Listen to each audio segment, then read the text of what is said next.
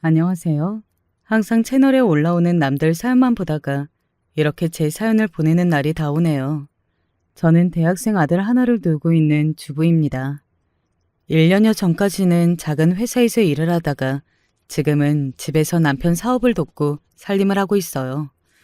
이렇게 평화로운 나날이 다시 저희 가족에게 찾아오기까지 참 다사다난한 일들이 있었습니다. 저희 남편과 저는 같은 동네에서 태어나 어렸을 적부터 함께 자라온 동네 친구입니다. 어린 시절 저는 항상 소심한 아이였어요. 친구들과 어울리기보다는 혼자서 책 읽는 것을 더 좋아했고, 낯선 친구들에게 먼저 다가가기도 말을 거는 것도 어려워하는 소극적인 성격이었습니다. 이런 저와 다르게 남편은 언제나 동네 아이들을 이리저리 이끌고 다니는 골목 대장이었어요. 남편 주변에는 항상 친구들이 많았고 언제나 모두에게 사랑받고 관심받는 아이였죠. 저는 그런 남편이 부러웠습니다. 소심한 성격 탓에 붙어 다니는 제대로 된 단짝 친구 하나 없던 저에게 언제나 모두를 이끌고 다니는 남편은 선망의 대상이었어요. 저희 부모님과 남편의 부모님은 모두 저와 남편처럼 어렸을 적부터 서로 오며 가며 얼굴을 보고 자란 동네 토박이들이었습니다. 자연스레 집안들끼리 교류도 많았고 저와 남편은 학교에 입학하기 전부터 친남매처럼 자랐어요. 부모님끼리는 농담식으로 너희들 다 크면 결혼해야 한다며 태어날 때부터 서로 남편, 부인하기로 집안끼리 약속이 되어 있다고 말씀하시곤 하셨어요. 그럴 때마다 남편은 저렇게 우중충하고 얼굴도 까맣고 피쩍 말라서 볼품없는 못난 여자애랑 누가 결혼하냐며 툭툭 싸댔고 저 또한 그 말을 듣고 나도 너같이 멍청하고 목소리만 큰 남자는 딱 질색이라며 지지 않고 소리를 바락바락 질렀습니다. 그럴 때마다 부모님께서는 항상 얌전하던 애가 꼭 남편과 관련된 일이라면 저렇게 열을 올린다고 웃으셨어요. 이상하게 저는 어렸을 적부터 꼭 남편과 관련된 일에만 악을 썼습니다. 다른 아이들이 저를 괴롭히거나 비웃어도 항상 한마디 대꾸도 해보지 못하고 엉엉 울기만 하던 제가 남편이 제게 장난식으로라도 한마디 툭 던지면 기다렸다는 듯이 바리바리 악을 쓰며 달려들었어요. 남편도 그런 제 반응이 재미있었는지 매일같이 괜히 저를 놀리고 짓궂은 장난을 치고는 했습니다.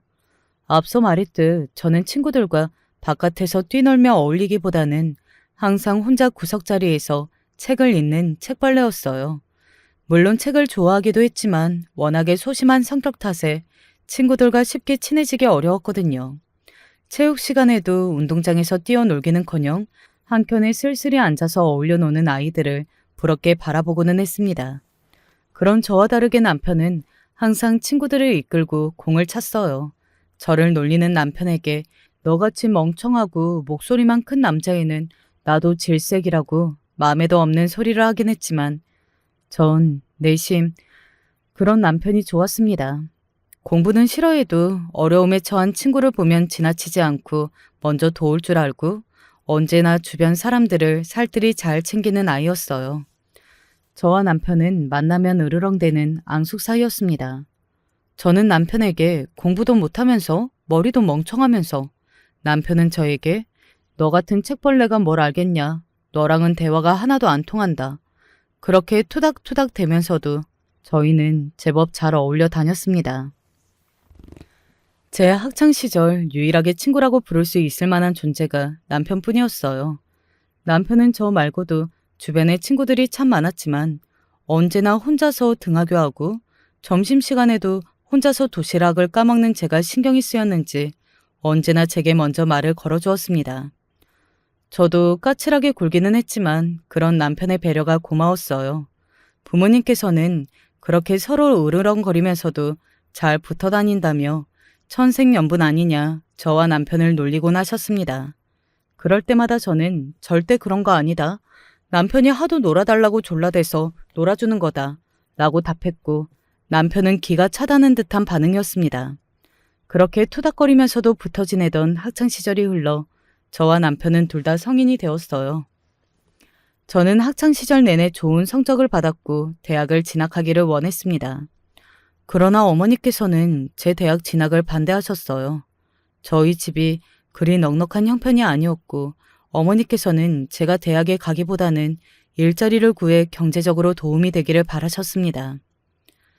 남자애도 아니고 여자애가 대학을 가서 뭐하니? 그냥 적당한 일자리 구해서 일하다가 빨리 시집이나 가면 그만이지. 여자애가 많이 배워봤자 아무 쓸데없다. 머리 좀 컸다고 똑똑한 척 굴면 남자가 부담스러워서 결혼도 못해. 저희 어머니께서는 아주 보수적인 집안에서 자라셔서 그런지 남자는 큰일, 바깥일하는 사람, 여자는 집에서 살림하며 그런 남자를 내조하는 사람이라는 인식이 강하게 박혀있는 분이셨습니다. 실제로도 아버지께서 집안 일이나 부엌 일에 전혀 손도 대지 못하게 하셨었고요. 어렸을 적부터 책을 읽거나 공부를 하는 저에게 읽고 쓰고 기본적인 것만 할 줄 알면 됐지 뭘 그렇게 더 배우려고 하냐. 그런 것보다 여자는 요리 잘하고 살림 잘하고 조신하게 가족들 뒷바라지 잘하면 그만이다. 소리를 달고 사셨습니다. 외할아버지께서 몹시 가부장적이신 분이셨기에 그런 집안에서 자라신 어머니가 그런 사고방식을 가지게 되신 것은 충분히 이해가 가는 바였지만 제게도 그런 사상을 강요하시다니 몹시 스트레스였어요. 그런 어머니와 다르게 아버지께서는 언제나 제 편이셨습니다. 여자는 이래야 한다, 저래야 한다. 제게 강요를 하시는 어머니께 아버지께서는 항상 그게 무슨 고리타분한 사고방식이냐. 우리 세대 때나 그랬지. 요즘 애들은 안 그런다. 여자도 남자랑 똑같이 많이 배워야 한다. 남자만 바깥일하고 여자는 집안일만 하라는 법 있냐. 우리 딸이 얼마나 머리도 좋고 능력도 좋은데 하고 싶은 공부도 못하고 남 뒷바라지만 하며 살아야 하냐. 내가 굶는 한이 있더라도 하나뿐인 딸 하고 싶은 거 다 하게 해줄 거다. 으름장을 놓으셨습니다. 아버지께서는 월급날이면 항상 제가 읽고 싶다고 했던 책을 한 권씩 사다 주셨어요. 그런 아버지께 어머니께서는 안 그래도 없는 형편에 무슨 그런 쓸데없는 소비를 하냐며 한숨을 푹푹 쉬셨지만 저에 대한 아버지의 애정이 듬뿍 묻어난 책들은 제 보물이 되어 지금도 저희 집 책장 한켠에 고이 모셔져 있습니다. 어머니께서는 딸이라고 하나 있는 것이 커갈수록 애교도 없고 아양 떨 줄도 모르고 그렇다고 집안일을 바짝바짝 돕기라 하나 뭐 마음에 드는 것이 하나도 없다 핀잔을 자주 주셨어요. 그럴 때마다 아버지께서는 어머니 눈을 피해 뒤에서 간식 하나를 더 챙겨주시기도 하고 어머니께서 제게 시키신 집안일을 도와주시기도 하셨습니다. 아까도 말했지만 어머니께서는 남자가 집안일을 하거나 부엌에 들어가기라도 하면 아주 큰일이라도 나는 양 구셨어요. 왜 그런 말 있잖아요. 나이 지긋하게 드신 할머니께서 남자는 부엌 문턱에 들어서면 고추 떨어지는 법이라며 농담식으로 하시던 말씀들이요. 저희 어머니께서는 그 말이 진짜라고 믿고도 남으실 분이셨어요. 아버지께서 집안일을 돕겠다, 부엌일을 돕겠다 먼저 말씀하셔도 한사코 그런 아버지를 막으셨고 아버지께서 저를 도와주시는 모습을 어쩌다 발견하시면 호들갑을 떠시며 화를 내곤 하셨습니다. 그럴 때마다 아버지께서는 이것 좀 한다고 큰일 안 난다며 딸이 고생하는데 어떻게 아빠가 돼서 손을 놓고 있겠냐 제 편을 들어주셨어요. 보통의 딸들은 아무래도 아버지보다는 같은 성별인 어머니와 더 친밀해지고 유대감을 쌓기 마련인데 제 유년 시절과 학창 시절은 어머니와의 추억보다는 아버지와의 추억들로 가득합니다. 가부장적이고 지독하게 유교적이신 어머니 밑에서도 제 할 말 할 수 있는 어른으로 자라난 것은 모두 아버지 덕이었어요. 어머니께서는 끝까지 제 대학 진학을 반대하셨지만 결국 저는 아버지 지원에 힘입어 상경을 하게 되었습니다. 그렇게 기숙사에 들어갔고 공부를 하기 시작했어요. 그러면서 한편으로는 남편의 근황이 궁금하기도 했습니다. 어렸을 적부터 책을 달고 살았던 저와는 다르게 남편은 공부와 담을 쌓은 사람이었기에 대학에는 진학하지 않았다고 했어요. 하지만 고향 동네를 벗어나 더 큰 사람이 되겠다며 상경을 했다는 소식을 전해 들었습니다. 자세한 경위나 목적은 알지 못했지만 아무래도 같은 서울 땅을 밟고 있다고 생각하니 종종 생각이 나더라고요. 어디서 뭐하고 지내고 있을지 본인이 원하던 대로 정말 큰 사람이 되어가고 있을지 궁금한 마음이었습니다. 저를 믿고 먼 곳까지 대학을 보내주신 아버지를 위해 저는 정말 열심히 공부했어요. 장학금을 놓치지 않기 위해 밤새 코피 흘리며 노력했고 실제로도 매 학기 장학금을 받았습니다. 졸업하자마자 좋은 직장에 취업해 저를 믿어주신 아버지의 사랑에 보답하고 싶었어요. 그렇게 저는 3학년이 되었고 1학기 중간고사 날이 다가왔습니다. 그날 저는 전날 먹은 음식이 문제였던 것인지 크게 배탈이 났고 결국 2과목의 시험을 망쳐버렸어요. 평소와는 비교도 되지 않은 성적이었고 덕분에 장학금과 기숙사 선정에서도 모두 미끄러지며 다음 학기부터 갈 곳이 없어지게 되었습니다.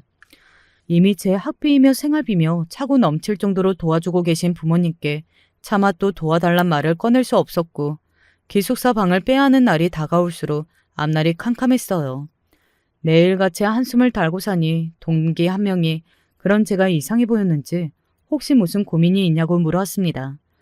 평소 같았으면 별일 없다고 적당히 넘겼을 텐데 그날따라 가슴이 너무 답답해서였는지 저도 모르게 마음속에 담아두었던 고민들을 쏟아냈어요. 당장 다음 학기부터 지낼 곳이 없어졌고 생활비도 문제라고요. 기숙사뿐만 아니라 매 학기 받던 장학금까지 사라져버렸으니까요. 제 고민을 가만히 듣고 있던 동기는 조심스럽게 이야기를 꺼냈습니다. 이거 너한테만 얘기해 주는 건데 짧은 시간 동안 큰 돈을 벌 수 있는 아르바이트가 있거든? 처음엔 좀 이상하게 들릴 수 있는데 진짜 이상한 일 아니야. 동기가 제게 알려준 일은 다름 아닌 유흥업소 아르바이트였습니다.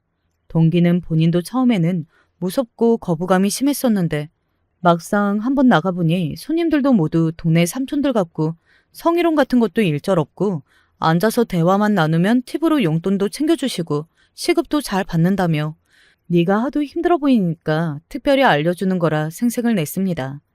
물론 저도 처음에는 거부감이 들었던 것은 사실이지만 솔직히 여린 마음에 쉽게 돈을 벌 수 있다는 말에 솔깃하기는 했습니다. 게다가 친구 말대로라면 유흥업소라고 해서 그렇고 그런 일을 하는 것이 아니라 그저 자리에 앉아 아저씨 손님들 말동무만 해주면 돈을 벌 수 있다고 했으니까요. 당시 저는 당장 갈 곳이 없어 거리에 나앉기 직전이었고 생활비를 아끼기 위해 매 끼니를 라면으로 때우고 있던 설정이었습니다. 당장 급한 불만 끄고 그만두면 되니 속는 셈 치고 잠깐만 일해볼까 하는 생각이 들었어요. 그러나 아실 분들은 다 아시겠지만 사실 세상에 그렇게 쉽게 돈을 벌 수 있는 일이 어디에 있겠습니까? 물론 처음 일을 나가면 제가 이야기했던 대로 손님들이 젠틀하게 대화만 시도하고 스킨십이나 성희롱적인 언행을 삼가긴 하겠죠. 그럼 순진한 여대생들은 정말 이야기만 하면 이런 큰돈을 쉽게 벌 수 있구나 하고 그런 유흥업소 아르바이트에 대한 인식이 점점 바뀌게 될 것이고 그렇게 쉽게 돈을 버는 맛에 적응이 되어버린 어린 여자들에게 은근슬쩍 가벼운 터치나 2차를 제안하면서 술집 여자로 만드는 것입니다. 제게 그 유흥업소를 소개해 주었던 친구가 지금은 어떻게 지내고 있을진 모르겠지만 아마 정신 차리고 빠져나오지 못했다면 아마 술집 여자가 되어 밑바닥 인생을 살고 있겠죠. 어찌되었던 그때는 어린 마음에 잠깐 눈이 돌아 결국 그 동기를 따라 유흥업소에 찾아가게 되었습니다. 제가 생각했던 유흥업소는 몹시 화려한 외관에 누가 봐도 특이해 보이는 가게일 거라고 예상했는데 상상 속의 모습과는 다르게 그냥 평범한 룸 노래방처럼 보이더라고요. 물론 그런 룸 노래방 자체가 대부분 그런 목적을 가지고 만들어진 가게들이겠지만요. 그곳에서 마담이라는 젊은 여자와 인사를 나누었는데 여자는 처음엔 저처럼 다들 무섭고 거부감 가지고 오는 사람들이 많다. 몇 번 출근해서 일해보면 금방 적응하고 돈 많이 벌 수 있다. 첫 출근한 것만으로도 똑똑한 거다. 말도 안 되는 말들을 늘어놓았어요. 딱 순진한 20대 초반의 여자아이들을 살살 구슬려 먹기에 최적화된 이야기들이었죠. 그렇게 저도 모르게 이끌려 일할 것을 약속하고 옷을 갈아입으려 탈의실에 들어가는데 그곳에서 아주 익숙한 얼굴과 마주치게 되었습니다. 너 지금 여기서 뭐 하는 거야? 바로 남편이었어요. 남편은 웨이터 복장을 하고 하얀 명찰을 찬 채로 과일들을 나르고 있었습니다. 이런 곳에서 마주치리라고는 전혀 생각조차 못했던 사람이라 정말 머리가 하얗게 굳는 것 같았어요. 저와 남편이 서로 아는 사이처럼 보이자 마담이 다가와 둘이 무슨 사이냐고 물었고 남편은 어렸을 적 알고 지내던 동네 친구라고 답했습니다. 그 상황에 마담은 남의 속도 모르고 이런 곳에서 만나다니 참 신기한 인연이라며 남편도 어제부터 일하기 시작했다. 둘 다 신입이니 힘내서 잘해봐라. 격려를 하는 거예요. 결국 저는 더 이상 참지 못하고 저를 붙잡는 남편의 손을 뿌리치고 그대로 가게를 뛰쳐나와 버렸습니다. 대학에서 공부하는 내내 남편은 어디서 뭘 하고 있을까? 항상 사람들에 둘러싸여 친구들을 이끌었던 아이니 서울에 와서도 보란듯이 성공했을까? 장사를 하고 있으려나? 아니면 혹시 공부를 하고 있을지도 몰라. 남편의 근황에 대해 종종 생각해보고는 했지만 다른 것도 아닌 유흥업소에서 일하고 있는 남편의 모습은 단 한 번도 생각해 본 적이 없었어요. 저를 가게에 소개시켜준 동기에게서 계속해서 전화가 왔지만 받지 않았고 그날은 하루 종일 방에 틀어박혀 엉엉 울기만 했습니다. 어쩌다가 남편과 이렇게 다시 만나게 된 걸까? 순간이었지만 잠시라도 돈에 혹해서 그런 일을 하려고 했던 스스로가 부끄럽고 자책감이 느껴졌어요. 한편으로는 유흥업소에서 일하고 있던 남편에 대한 실망감이 있기도 했고요. 그런데 그 다음 날 남편이 제가 공부하던 학교로 저를 찾아왔습니다. 너무나 놀라 여기를 어떻게 알고 찾아왔냐 물으니 그 업소에서 일하던 동기에게 물어봤다고 했어요. 남편은 오랜만에 만난 데다가 그런 곳에서 만나게 되었으니 이대로 인사도 없이 넘어가고 싶지 않았다며 갑자기 찾아와 미안하다고 사과를 했습니다. 본인도 아는 형에게 처음 소개받아 일하게 된 거다. 출근 전날까지만 해도 그런 유흥업소인 줄은 꿈에도 몰랐다. 첫 출근하고 유흥업소라는 걸 알게 된 후 바로 그만두려고 했다. 근데 소개시켜준 형이 네가 그렇게 바로 그만둬버리면 자기 입장이 뭐가 되냐. 그래도 일주일 정도는 일하고 그만둬달라 사정사정을 해서 어쩔 수 없이 일하고 있었던 것이다. 그렇지만 이틀 일하다 보니 도저히 참고 일하기가 힘들어서 어제 그만두겠다고 말하려던 참이었다. 믿어달라. 그런 곳에서 널 만날 거라고는 정말 상상도 못했다며 이야기를 늘어놓더라고요. 그런데 너는 왜 그 가게에 있었던 거야? 설마 너 거기서 남자들 상대하면서 돈 벌려고 했던 건 아니지? 무슨 일 하는 가게인지는 알고 왔던 거야? 추궁하듯 물어오는 남편에게 저는 친구가 그런 터치며 성적인 희롱 일절 없고 그냥 손님들하고 대화만 하는 건전한 가게라고 했다. 당장 급전이 필요해서 나도 어쩔 수 없이 나갔던 거다 답했어요. 그런 제 답에 남편은 그런 말을 진짜로 믿었냐? 넌 애가 왜 그렇게 순진하냐? 급하게 돈이 필요하면 고향에 계신 부모님께 연락을 드리면 되지 않냐? 부모님께서도 네가 그런 가게에서 일하려 했던 걸 아시면 가슴이 찢어지실 거다 타박을 했고 저 또한 알고 있는 사실이었기에 쉽사리 답을 할 수 없었습니다. 남편은 그런 제게 도움이 필요하다면 내게 말해라. 이렇게 만난 것도 인연인데 내가 도울 수 있는 선에서 돕겠다 말했고 결국 저는 남편의 도움으로 학교 근처에 값싼 하숙집을 구해 들어갈 수 있게 되었습니다. 그 하숙집은 남편이 상경한 이후로 쭉 살고 있던 곳이었고 하숙집 주인 네 분들은 몹시 다정하시고 친절하신 분들이었어요. 그곳에서 지내면서 저는 마음 편하게 공부에만 집중할 수 있었고 덕분에 좋은 성적으로 대학교를 문제없이 졸업하게 되었습니다. 남편은 상경한 후로 여기저기 다니며 안 해본 일이 없다고 했어요.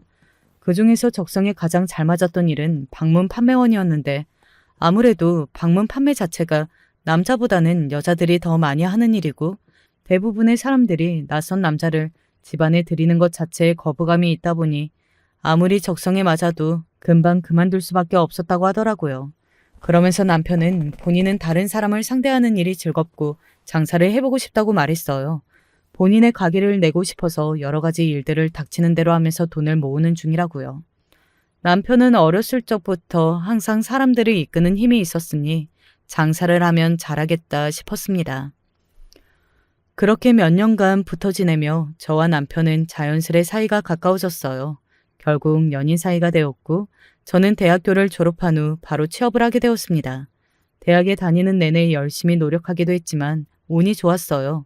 타이밍이 잘 맞게 제가 원하던 회사에 원하던 직렬의 자리가 비게 되었고 제 조건이 나쁘지 않았거든요. 남편은 제 취업 소식에 마치 본인 일처럼 몹시 기뻐해 주었고 얼마 지나지 않아 남편도 본인의 가게를 열게 되었습니다. 남편이 연 가게는 작은 과일 가게였어요. 이왕 여는 김에 조금 더 멋있고 제대로 된 가게를 열지 왜 하필이면 소박하게 과일 가게냐 묻자 남편은 조부모님께서 과수원을 하셨다고 하더군요. 그렇게 남편의 과일 가게는 문을 열었고 가게는 거짓말처럼 장사가 잘 되기 시작했습니다.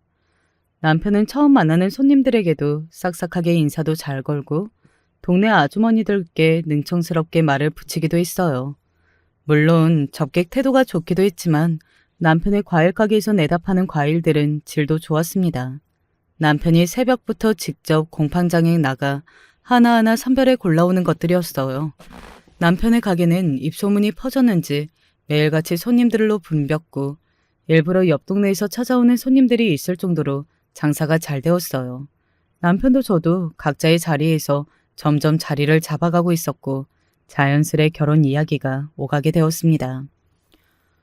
남편과 결혼하겠다며 부모님을 찾아가자 아버지께서는 너희 어릴 적부터 그렇게 투닥투닥거리더니 이렇게 이어질 운명일 줄 알았다며 세상에 어쩜 이렇게 좁냐 서울까지 가서 딱 마주쳐서 인연이 이어지게 되다니 신기하셨어요.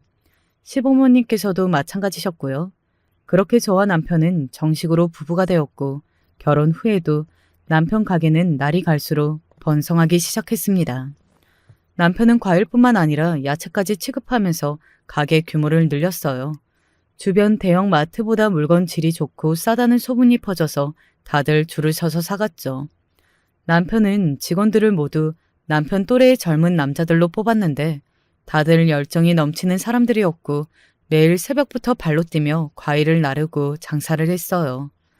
매출이 점점 오르자 가게 확장 공사를 하기도 했고 분점을 내기도 했습니다. 어느 정도 규모가 커지면서 공판장에서 물건을 떼오는 대신 직접 과수원, 농장과 계약을 맺어 유통을 하기 시작했어요. 남편은 가게를 직원들에게 맡겨두고 전국 이곳저곳을 돌아다니며 질 좋은 농상품들을 찾아다녔고 저도 직장을 그만두고 가게 일을 돕기 시작했습니다. 그렇게 모든 일이 술술 풀려가는 와중 저희 부부에게 아들이 찾아왔어요. 어렸을 적부터 그 흔한 잔병치레 하나 없이 튼튼하게 자라준 저희 아들은 남편을 꼭 닮은 성격이었습니다. 어렸을 적부터 완전히 사고뭉치였거든요. 어린 시절 남편이 동네 꼬마들을 이끌고 대장 노릇하던 것을 그대로 빼닮아 아들도 하루가 다르게 밖에서 뛰어놀다 잔상처를 만들어 달고 왔어요. 남편은 그런 아들을 보며 애들은 원래 다치면서 크는 거라며 너무 신경 쓰지 말라고 했지만 저는 아들이 상처를 만들어 올 때마다 속상하더라고요. 물론 아이가 용감하고 씩씩하게 커주면 너무 고맙고 좋은 일이지만 저희 아들은 정도가 조금 심했습니다. 아들은 제자리에 앉아서 집중하는 일을 10분조차 제대로 하지 못했어요. 학교 선생님께서도 아이가 집중을 너무 못한다. 또래에 비해 이해력도 조금 부족한 것 같다 말씀하시며 혹시 ADHD나 자폐 검사를 받아보셨냐고 조심스레 물어오셨습니다. 그 물음에 솔직히 처음에는 기분이 너무 나빴어요. 물론 저희 아들이 조금 산만하고 집중력이 부족한 편이기는 하지만 그런 정신적 장애가 있는 정도라고는 생각해 본 적이 없었거든요. 선생님께서 괜히 작은 증상을 가지고 멀쩡한 저희 아들을 문제 있는 아이 취급하는 게 아닌가 싶었죠. 그러나 남편은 저와 생각이 달랐어요. 남편은 선생님께서 부모가 이런 반응일 것을 뻔히 알고 계셨을 거다. 그런 얘기를 우리에게 꺼내기 전까지 얼마나 많은 고민을 하셨겠냐며 그런데도 아이의 증상에 대해 솔직하게 말씀해 주신 걸로 보면 아들에게 분명 문제가 있는 게 맞다. 우리는 지금 선생님의 말씀에 기분 나빠할 것이 아니라 심각하게 이 상황을 받아들이고 적절한 조치를 취하는 게 맞는 태도라고 말했어요. 그런 남편의 말을 들으니 순간적인 감정에 휩싸여서 옳은 판단을 내리지 못할 뻔한 제가 너무 부끄럽더라고요. 생각해보면 아무리 조금 발달이 느리고 원체 뛰어노는 것을 좋아하는 아이라 하더라도 조금 심하게 느껴질 때가 많긴 했거든요. 아들은 본인이 좋아하는 놀이나 축구 같은 운동을 할 때는 몇 시간이고 엄청난 집중력을 보여주면서 숙제같이 본인이 재미없는 행동을 할 때는 5분조차 제대로 앉아있지 못할 정도로 산만한 모습을 보였어요. ADHD 특징 중 하나가 본인이 흥미를 느끼지 못하는 행위에 극도록 집중을 하지 못하는 것이라고 하더라고요. 게다가 학교에서도 사소한 일로 친구들과 자주 다투고는 했어요. 아들은 항상 자기가 뭐든 다 도맡아 하려고 하며 대장 노릇을 자처했고 그런 과정에서 친구들하고도 자주 싸움을 일으켰어요. 이 또한 ADHD 증상 중 하나라 하더라고요. 그렇게 아들을 데리고 정신발달센터에 가서 검사를 맡게 되었습니다. 혹시나 하는 마음으로 결과지를 받아들었지만 역시나 검사 결과는 아동 ADHD였어요.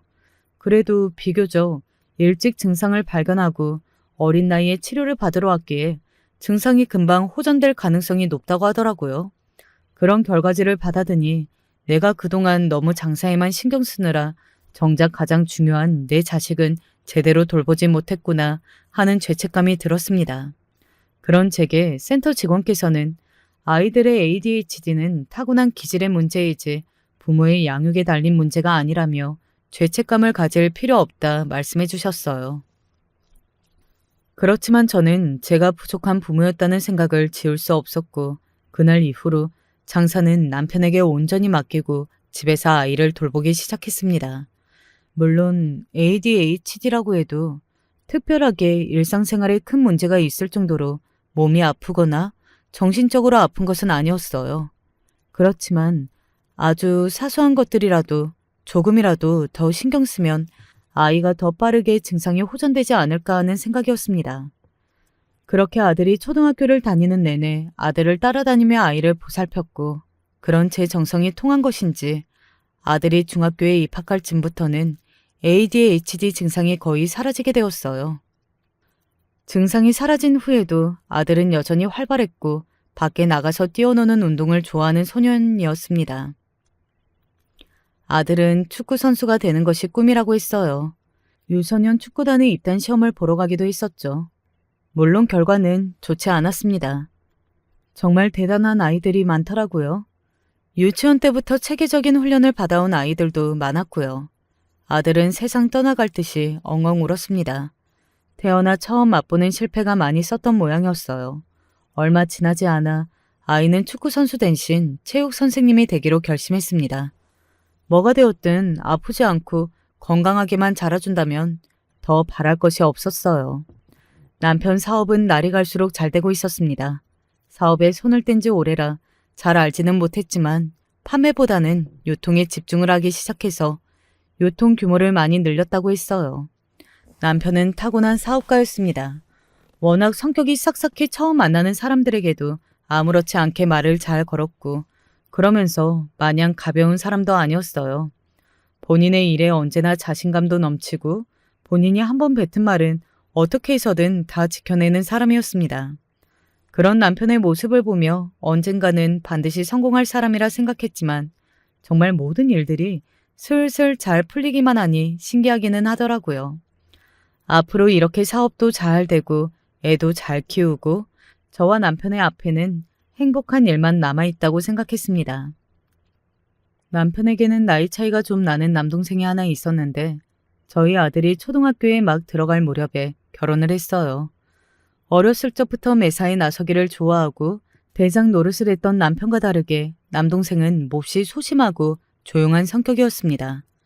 저와 남편과는 나이 차이가 많이 났기에 학교도 같이 다녀본 적 없고 그리 가깝게 어울려 본 적이 없었어요. 어렸을 적 기억으로는 그저 항상 조용하고 남편 뒤만 졸졸 따라다니던 존재감 없는 녀석이었습니다. 고등학교를 졸업한 후 뭐라도 해보겠다고 서울로 올라온 남편과는 달리 남동생은 학교를 졸업한 후에도 조용히 고향 집에 지내며 그냥저냥 일용직 일을 하며 살고 있다고 했어요. 그러다 동네의 여자를 소개받아서 결혼을 한다고 하더라고요. 상대 여자도 평범한 집안에서 자라 작은 미용실에서 일을 하는 사람이라고 했습니다. 둘의 결혼식은 소박하게 진행됐고 남편은 하나뿐인 동생이기에 축의금도 많이 주고 혼수도 비싼 걸로 지원해줬어요. 물론 남동생에게 그 정도 해주는 것은 어려운 일도 아니었지만 솔직히 말해서 저는 처음부터 동서를 별로 좋아하지 않았습니다. 동서는 한평생을 고향 동네에서 자랐으면서 그 동네를 아주 싫어했어요. 서울과 도시에 대한 동경이 있는 여자였죠. 그래서 그런지 동서는 저와 남편에게 친한 척을 지독하게 됐습니다. 자꾸 서울에 올라오고 싶어 했고 저희한테도 분점 하나 내주시면 안 되냐. 저희 정말 장사 잘할 자신 있다며 알랑방귀를 뀌었습니다. 솔직히 그런 동서의 부탁이 많이 부담스럽고 거부감이 느껴지긴 했지만 그래도 남편의 하나뿐인 남동생의 부인이니까 좋은 말로 애둘러 거절하며 적당한 사이를 유지하면서 지내고 있었죠. 그렇지만 날이 갈수록 동서의 부탁은 선을 넘기 시작했고 게다가 지금껏 본인 의견을 한 번도 강력하게 내세운 적이 없던 도련님께서 남편에게 먼저 도와달라 부탁을 해왔다고 하더라고요.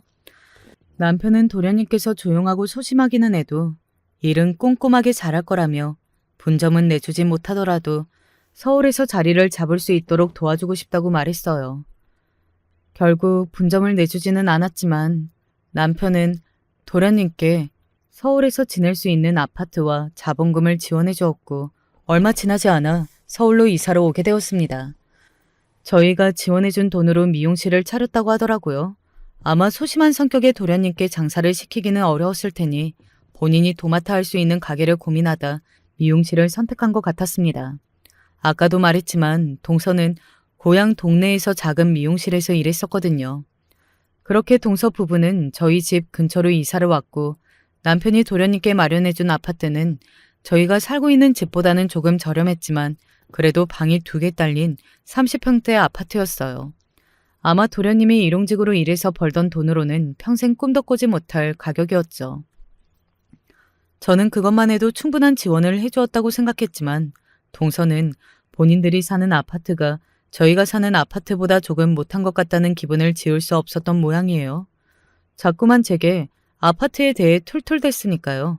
아주버님께서는 이왕 도와주실 거 같은 아파트로 구해주시지 왜 더 저렴하고 격떨어지는 아파트를 주신 건지 모르겠다.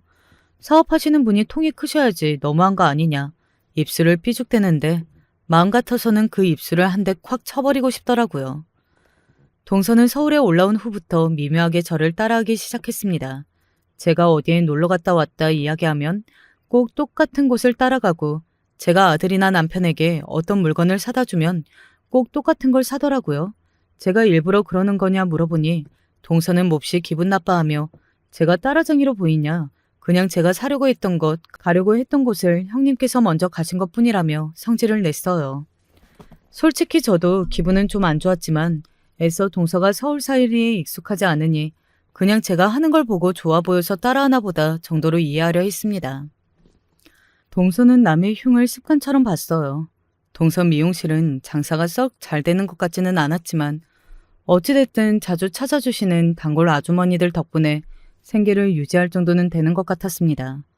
동서는 그런 단골 손님들에게 감사한 마음을 가지기는커녕 아주머니들이 까다로워서 비 맞추기가 어렵다느니 어차피 머리를 어떻게 하든 얼굴이 못났으니 거기서 거기인데 아주 연예인들 납셨다느니 뒷담화를 해댔고 듣다 못한 제가 그래도 그 손님들 덕분에 가게가 유지되는 거 아니냐고 동서 미용실 계속 찾아주시는 분들인데 그렇게 말하는 게 맞냐 한마디 하니 형님께서는 무슨 성인 군자냐면서 형님도 장사하시면 진상들 많이 만나보셨을 텐데 왜 저한테만 그러시냐 또 언성을 높이기에 그냥 입을 다물어 버렸습니다.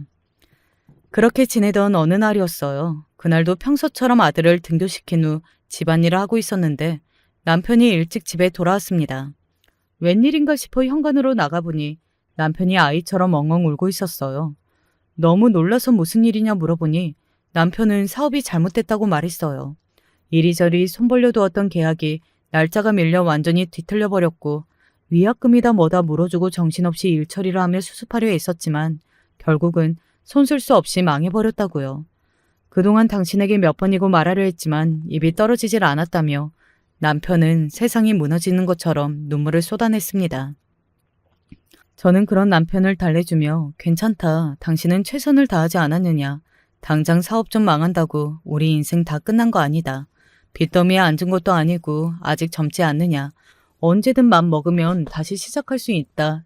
등을 토닥였습니다. 애써 긍정적으로 말하긴 했지만 저도 앞날 막막한 것은 마찬가지였어요.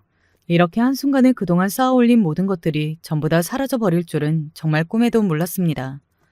남편 사업금과는 별개로 제가 모아놓은 비상금이 조금 있었기에 당장의 생활에는 문제가 없었지만 그래도 몇 달 버티지 못할 수준이었어요. 저희 가족은 슬픔에 잠길 새도 없이 급하게 짐을 정리해 거처로 옮겼습니다. 그동안 편히 살던 넓은 아파트를 떠나 작은 빌라로 이사를 했어요. 차도 정리했습니다. 막 고등학생이 되었던 아들은 집이 망했다는 사실을 받아들이기 힘들어했어요. 저도 아들에게 미안한 마음뿐이었습니다. 남편은 그런 저와 아들에게 더더욱 미안해했습니다. 이렇게 된 건 전부 본인의 잘못이라면서요. 저는 그렇게 생각할 필요 없다 남편을 달래주었습니다. 그동안 우리가 편하게 먹고 살았던 건 전부 다 당신 덕분이었지 않느냐. 우리는 당신 원망하지 않는다. 우리 같이 힘내보자. 저희 가족은 그렇게 서로를 다독였습니다. 남편이 사업이 망했다는 소식을 들은 동서는 어쩜 그런 일이 다 있냐면서 힘내시라 마음에도 없는 소리를 내뱉더니 그 뒤로 연락을 뚝 끊어버렸어요.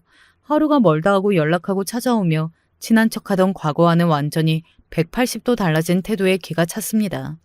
물론 동서가 그동안 저에게 친한 척 굴었던 것은 전부 돈 때문이라는 사실은 어느 정도 짐작하고 있었지만 대놓고 당하니 기분이 참 별로더라고요. 기분은 나빴지만 저도 동서와 연락하지 않고 지낸다 해서 아쉬울 것은 하나 없었습니다. 지금 당장은 상황이 조금 어려워지기는 했지만 노력하다 보면 반드시 다시 일어설 수 있을 것이라고 생각했어요. 남편은 부하 직원 몇 명과 함께 다시 처음부터 사업을 시작해 볼 거라고 했습니다. 남편을 믿고 따르던 직원들이 힘을 모아 자본금을 만들었고 트럭 몇 대를 구매해 유통업을 다시 시작한다고 했어요. 그런 남편을 위해 저도 밖에 나가 일을 하기 시작했습니다. 대학도 나오고 회사에 다녔던 적도 있었지만 오랜 기간 동안 경력이 끊긴 주부가 할 수 있는 일은 찾아보기 힘들었어요. 운 좋게도 지인의 도움으로 작은 회사의 격리 일을 할 수 있게 되었고 사업을 다시 일으켜 세우기 위해 밤낮으로 바쁜 남편 대신 생활비를 벌고 살림을 하며 바쁜 나날을 보냈습니다. 아들은 처음에는 어려워진 가정 형편에 적응하지 못하고 저와 남편에게 모진 말을 쏟아내기도 했지만 나중에는 혼자서 밥도 차려 먹고 교복도 스스로 다림질해서 다니고 의젓하게 잘 지내주었어요. 그런 아들이 참 기특하면서도 고마운 마음뿐이었습니다. 그러던 어느 날이었습니다. 아들이 학교에 다녀와서는 뭔가 할 말이 있는 듯 우물쭈물 제 앞에서 서성여서 무슨 일이 있냐 물어보니 아니라고 신경 쓰지 말라고 하더군요. 그러나 아들의 태도는 분명 평소와 달랐고 뭔가 할 말이 있는 듯 보였어요. 학교에선 무슨 일이라도 있나? 갑자기 왜 저러나 싶던 와중 아들의 책상 위에 놓여있는 수학여행 신청서를 발견하게 되었습니다. 참가 비용이 50만 원이었고 그걸 보니 아들이 왜 요즘 들어 계속 제 눈치를 보고 할 말이 있는 듯 굴었는지 대충 짐작이 가더라고요. 집안 형편이 어렵다는 사실을 너무나 잘 알고 있었기에 아들은 안쓰럽게도 수학여행 비용을 달라는 그 말 한마디를 못하고 그동안 혼자서만 끙끙 앓고 있었던 것이었습니다. 모든 사실을 알고 나니 마음이 찢어지는 것 같았어요. 그렇지만 더욱더 저를 괴롭게 만들었던 사실은 흔쾌히 아들에게 50만을 쥐어주고 싶은 마음과는 별개로 당장 아들 수학여행 비용으로 50만 원을 써버리면 이번 달 생활비에 문제가 생긴다는 사실이었습니다. 남편 사업 실패 후 주변에서 치근덕대던 사람들은 다 사라진 지 오래였고 삶이 바쁘다는 핑계로 주변 사람들도 돌보지 못하며 살았기에 편하게 연락해볼 지인도 없었어요. 그렇다고 부모님께 연락해드리고 싶지도 않았습니다. 그렇지 않아도 사업 실패 후 걱정이 이만저만이 아니신 분들께 아들 수학여행비 50만 원을 빌려달라니 당치도 않은 생각이었고 그런 고민을 하던 와중에 생각난 것이 바로 동서였습니다. 남편 사업이 망한 후 거의 연락도 하지 않고 지내기는 했지만 그래도 50만 원이면 엄청 큰 돈도 아니니 과거에 저희가 도움을 줬던 걸 생각하면 충분히 빌려줄 수 있는 수준이 아닌가 싶었어요. 물론 윗사람으로서 동서에게 돈을 빌리러 가는 게 몹시 염치 없게 느껴지기는 했지만 제 자존심보다는 아들 수학여행을 보내는 것이 더 중요했으니까요. 오랜만에 동서에게 연락해 할 말이 있다고 말하자 동서는 바쁘다며 할 말이 있으면 미용실로 찾아오라고 하더군요. 퉁명스러운 대답에 빈정이 확 상했지만 찬밥 더운 밥 따질 처지가 아니었으며 과일 세트 바구니를 사들고 동서의 미용실을 찾았습니다. 동서는 몹시 불친절한 얼굴로 저를 맞아주었고 그런 동서에게 조심스레 잘 지냈냐 안부를 물으니 본론이나 말씀하시라며 짧게 말을 쳐냈어요. 다른 게 아니고 실은 우리 아들이 수학여행을 가는데 이번 달 생활비가 조금 빠듯해서 혹시 50만 원만 빌려줄 수 있을까? 다음 달에 월급 들어오면 바로 갚아줄게. 제 부탁에 동서는 만지던 미용 가위를 탁 내려놓더니 저 들으라는 듯이 한숨을 푹 쉬더군요. 무슨 거지 새끼들도 아니고 형편 넉넉할 때는 그렇게 잘난 척이라는 척은 다 하더니 좀 어려워지니 이제 저한테까지 구걸을 해요? 형님한테 줄 돈은 50만 원은커녕 50원도 없으니까 재수없게 거기 서 있지 말고 빨리 나가요. 괜히 장사 망칠라. 동서의 대답에 너무나 자존심이 상하고 피가 거꾸로 솟는 기분이었습니다. 아무런 대꾸도 하지 못하고 들고 있던 바구니만 내려놓고 몸을 돌려 미용실을 나왔어요. 집까지 걸어오는 길에 그렇게 눈물이 쏟아지더라고요. 어찌되었든 그래도 아들 수학여행은 보내야 하니까 남편이 결혼하고 저에게 처음으로 사주었던 가방을 중고로 팔아서 돈을 마련했습니다. 사업 망하고 가지고 있던 옷이며 가방이며 다른 것은 다 가져다 팔았어도 그 가방만은 차마 팔 수가 없어 가지고 있던 것인데 그 가방 팔면서도 눈물이 많이 났어요. 그 뒤로 동서와는 한 번도 연락을 하지 않았습니다. 남편에게도 그 일을 얘기하지 않았어요. 괜히 다시 그날의 일을 떠올리고 싶지도 않았고 남편에게도 이런 모욕적인 기분을 느끼게 하고 싶지 않았습니다. 그렇게 치열한 하루하루를 보내며 그 뒤로 몇 년의 시간이 흘렀어요. 아들은 대학생이 되었고 남편의 사업은 놀랍게도 망하기 전보다 훨씬 규모가 커졌습니다. 처음 트럭 몇 대로 다시 유통사업을 시작했을 때만 해도 주변에선 다들 이 바닥이 얼마나 좁은데 그런 무모한 도전을 하냐, 허무맹랑한 꿈 쫓지 말고 하루빨리 안정적인 직장이나 찾으라며 만류했고 멍청하다며 욕하는 사람들도 많았지만 결국 남편은 결과로 증명해냈습니다. 작은 빌라에서 벗어나 원래 살던 곳보다 더 크고 좋은 아파트로 이사했고 눈물을 머금고 팔았던 가방보다 훨씬 비싼 명품백을 남편에게 선물 받기도 했어요. 가져다 팔았던 그 가방보다 몇 배는 비싼 것이었는데도 이상하게 그닥 마음에 들어오지 않았지만요. 아무래도 처음이 의미가 있는 법이잖아요. 조금 낡고 오래된 디자인이기는 했어도 남편이 결혼하고 처음으로 사줬던 것이라 기억에 선명하게 남아있는 것 같아요. 여러모로 이전과 삶이 달라지기는 했지만 개인적으로 가장 마음에 드는 변화가 있다면 더 이상 동서 부부와 동네 이웃이 아니라는 사실입니다. 동서 부부는 서울을 떠나 다시 고향으로 돌아갔어요. 그 과정에서 참 속 시원한 일이 있었죠. 그날 겪었던 수모에 대한 통쾌한 복수를 했거든요. 남편 사업이 날이 갈수록 잘 풀리자 동서는 어떻게 소식을 알았는지 참 뻔뻔하게도 제게 먼저 연락을 해왔습니다. 당연히 저는 그런 동서와 연락을 하고 지낼 생각이 없었고 모든 연락을 다 무시했어요. 그러니 이제 저 말고 타겟을 남편으로 바꾼 모양인지 남편에게 전화를 한 모양이더라고요. 어떻게든 저희 부부와 친하게 지내며 떨어지는 콩고물을 얻어먹고 싶었던 동서의 그 욕심이 동서를 완벽하게 낭떠러지로 밀어넣는 가장 치명적인 실수가 되었습니다. 동서는 동서 스스로의 입으로 남편에게 그날 미용실에 있었던 일을 전부 얘기해버렸어요.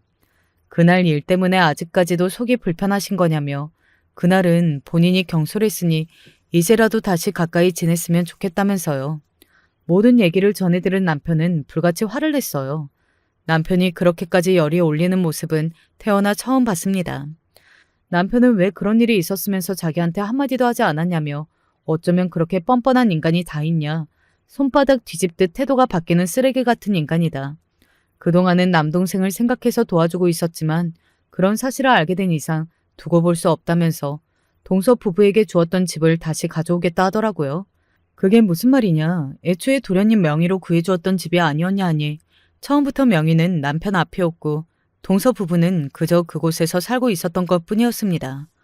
도련님은 이 사실을 알고 있었지만 동서는 전혀 모르고 있다고 했어요. 그러니 그렇게 제게 뻔뻔하게 굴 수도 있었던 거겠죠. 게다가 알고 보니 장사가 잘 되지는 않았지만 생계 유지는 하는 것 같았던 동생의 미용실은 매달 적자를 보고 있었고 얼마 전 도련님이 남편에게 돈을 빌려달라 연락을 해왔었다는 거예요. 이미 은행에서도 빚을 많이 냈고 더 이상 돈을 빌릴 곳이 없다면서요. 저와 동서 사이에 있었던 일에 대해 전혀 모르던 남편은 동서 부부를 도와줘야 하나 말아야 하나 고민하던 차였다고 했습니다. 남편은 동서에게 다음 주까지 당장 짐 빼서 집에서 나가라. 그리고 앞으로도 평생 동안 다시는 우리가 그쪽을 도와주는 일은 없을 거다. 가게가 망하든 굶어 죽든 내 알 바 아니다. 으름장을 놓았고 동서는 아연실색이 되어 도련님과 함께 저희 집을 찾아왔었어요. 도련님께서는 딱 봐도 동서에게 억지로 끌려온 것 같았고 동서에게 제발 그만하고 돌아가자고 사정사정을 하는데도 동서는 구질구질하게 저와 남편 바짓가랑이를 잡고 매달리며 거짓 눈물을 흘리더라고요. 본인이 잠깐 미쳤었던 것 같다. 그깟 50만 원이 뭐라고 그런 말을 했는지 모르겠다. 아주버님께서 도와주시지 않으면 저희 정말 가게 망하고 거리로 나앉는다. 집을 다시 가져가신다니 그게 무슨 말이냐. 저희한테 주신 것 아니었냐. 어떻게 집까지 뺏어갈 수가 있냐. 너무한 거 아니냐. 핏줄끼리 이럴 수 있는 거냐. 엉엉 말도 안 되게 눈물을 짜내는데 그렇게까지 사람이 가증스러울 수가 있나 싶었습니다. 애초에 동서 그 집 별로 마음에 들어하지도 않았잖아. 더 큰 집이 좋다면서 남의 도움 없이 살 수 없는 집이 본인 처지에 가당키나 해? 되지도 않는 허영 그만 떨고 조용히 고향으로 돌아가서 분수에 맞는 일 하면서 살아. 거지처럼 핏줄한테까지 구걸하지 말고. 그동안 애써 그날의 일을 잊으려고 애써왔지만 가슴 한켠에 맺혀있던 서름과 모욕이 전부 씻겨나가는 기분이었어요. 그렇게 애걸복걸하는 동서와 도련님을 쫓아내고 나니 마음이 불편하기는커녕 속이 시원하더라고요. 그렇게 동서는 본인 욕심에 유지하던 미용실을 접고 빚더미와 함께 다시 고향으로 돌아갔습니다. 본인은 이런 시골에 어울리지 않는 여자다. 더 큰 물에 놀 사람이다. 스스로를 되뇌이며 자기 위로하던 여자가 도시에서 실패의 쓴맛을 떠안고 고향으로 돌아가게 되었으니 얼마나 속이 쓰릴까요? 어찌 보면 조금 안 되기는 했지만 안쓰럽기보다는 통쾌한 마음이 크네요. 부디 다시 돌아간 고향에서는 앞으로 본인의 주제 파악을 잘하고 살기를 바라는 마음입니다. 물론 그렇다고 해서 큰 도시에 사는 것이 성공한 인생이고 고향에서 사는 것이 실패한 인생이라고 생각하지는 않아요. 모든 인생에는 저마다의 가치와 행복이 있는 법이니까요. 동서에게는 아니었던 모양이지만요. 남편의 사업도 별 문제 없이 잘 흘러가고 있고 대학생이 된 아들도 행복하게 학교 다니며 공부하고 있고 언제 인생이 힘들었냐는 듯 이렇게 평화로운 일상이 반복되니 참 감회가 새롭습니다. 해가 지면 다시 뜨듯이 인생에도 어두운 날이 있더라도 꾸준히 노력하다 보면 언젠가는 반드시 밝은 날이 오는 법인가 봐요. 앞으로도 저희 가족의 삶에 언제나 해 뜰 날만 가득하기만을 바라며 글 마치겠습니다. 안녕하세요. 다 늙은 나이에 무슨 주책인지도 모르겠지만 즐겨보는 사연 채널에 제 이야기를 해보려 합니다. 마음의 병으로 사랑하는 가족을 떠나보내 보신 분이 있나요? 아마 저와 같은 경험을 해보셨다면 알겠지만 그 사실이 얼마나 마음이 아프고 시간이 오래 지나서도 문득문득 생각나면 저를 괴롭히는지는 정말로 그 순간을 느껴보신 분들만이 아실 겁니다.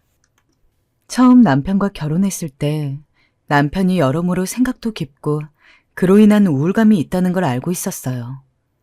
성격 자체가 어떤 한 가지 생각에 너무 몰두해서 하지 않아도 될 때를 걱정까지 하는 것도 있었지만 집안 환경이라든가 그간 남편이 겪어온 사건들을 돌이켜봤을 때 솔직한 말로 우울감이 생기지 않은 게 더 쉽지 않는 상황이었죠. 나는 당신을 너무 좋아해. 하지만 당신이 나랑 결혼하지 않았으면 좋겠어. 나 알잖아.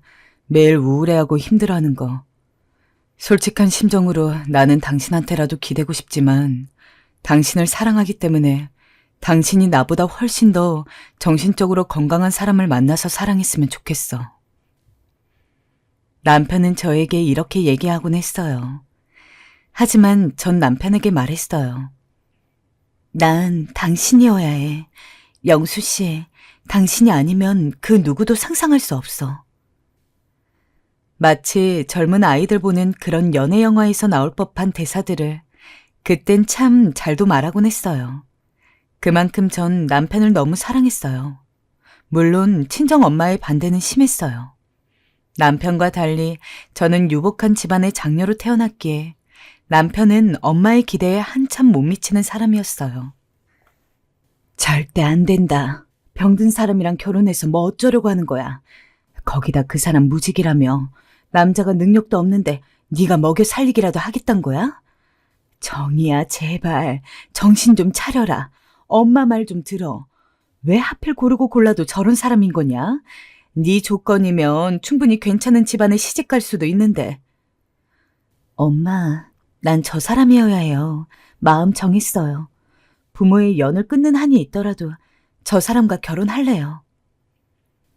그때 정말 엄마 말을 들었어야 하는 걸까요? 이 나이가 되었지만 당시 엄마가 제게 하셨던 말씀은 아직도 귓가에 웅웅거려요. 아마 자신감도 있었던 것 같아요. 남편이 저와 결혼함으로써 그러한 우울감도 충분히 치료할 수 있을 거라고 생각했죠. 왜 그런 자신감이 들었는진 모르겠습니다. 아마 남편이 우울증으로 힘들어하는 와중에도 저랑 함께하고 싶다는 속내를 솔직히 드러냈기 때문인 것 같아요. 하지만 지금 생각해보면 우울증에 대해서 아무것도 모르던 저의 자만이었습니다. 남편은 결혼 후 아이가 생기자 다시 직장도 구하고 돈도 벌어오면서 가장 노릇을 했는데요.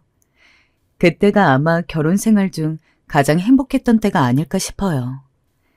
남편을 기다리며 저녁을 준비하고 딸아이를 업고 추운 날 발을 동동 구리며 남편을 기다리던 그때, 그리고 남편이 눈에 보였을 때 세상에 우리 셋만 있으면 된다는 생각이 절로 들었죠.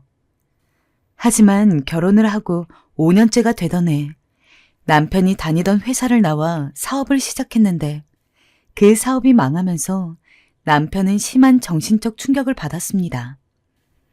매일을 술로 연명했고 전 어린 딸과 함께 아슬아슬한 마음으로 그걸 지켜볼 수밖에 없었어요. 죽고 싶다고.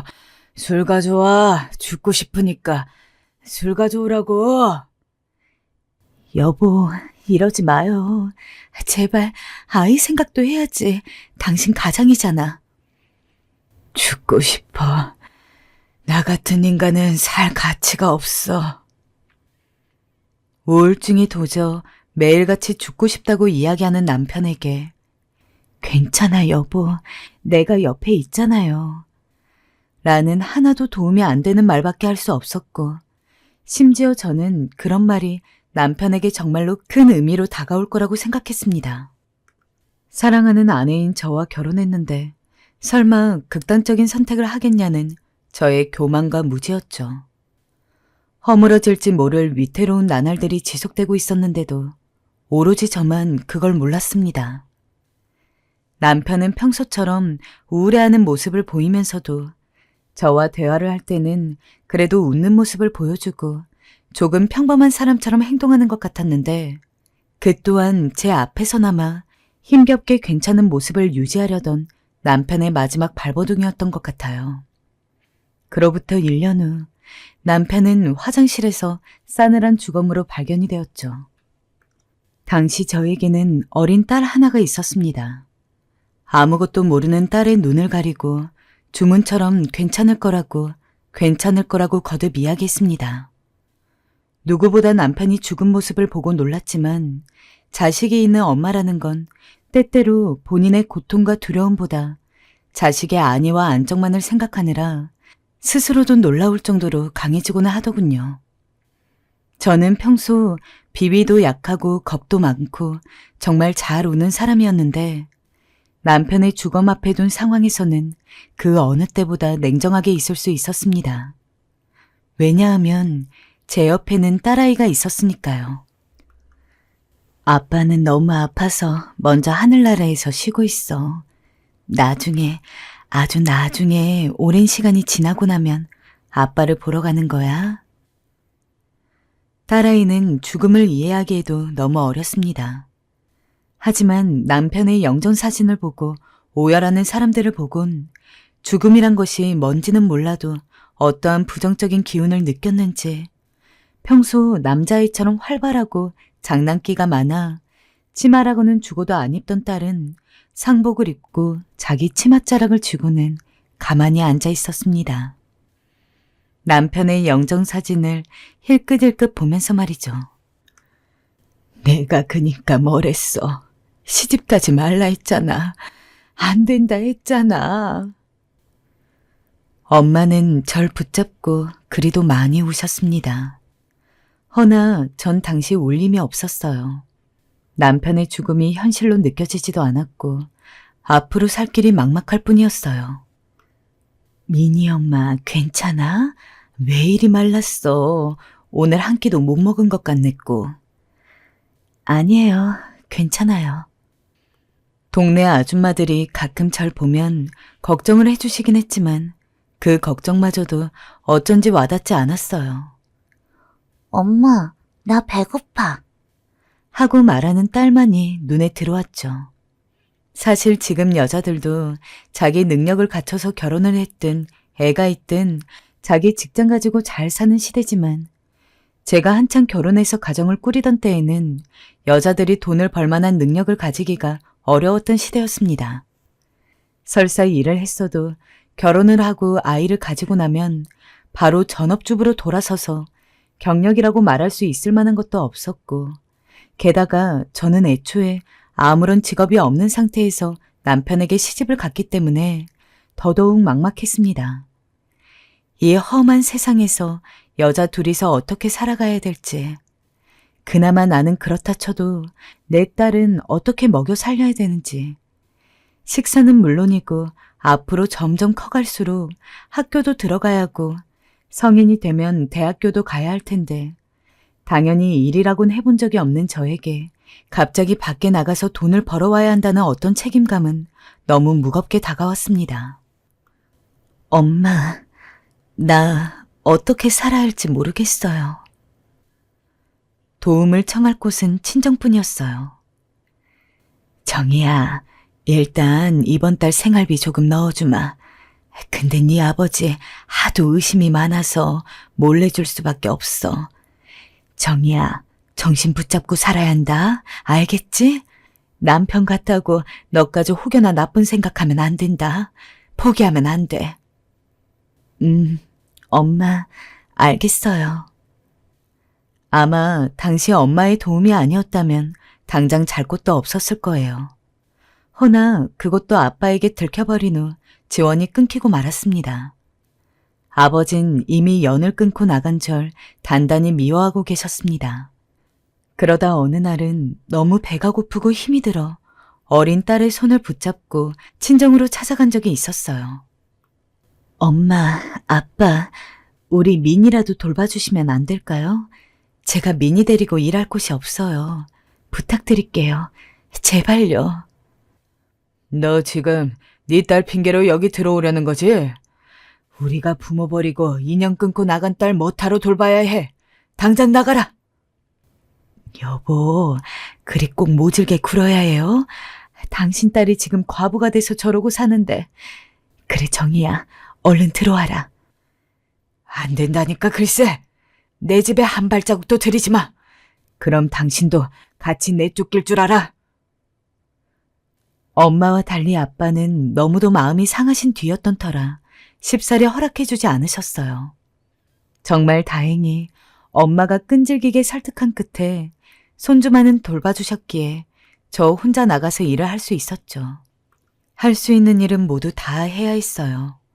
좋은 곳에는 들어가지 못했고 가게를 전전하며 카운터를 봐주거나 청소를 하는 일을 주로 했습니다.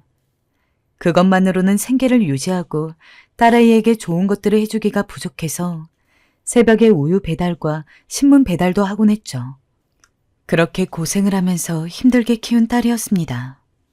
한 살 한 살 작았던 딸아이가 조금씩 커가는 모습을 눈으로 확인할 때마다 쑥쑥 자라고 있는 딸이 너무 보기 좋으면서도 떠난 남편 생각이 그렇게 나더군요.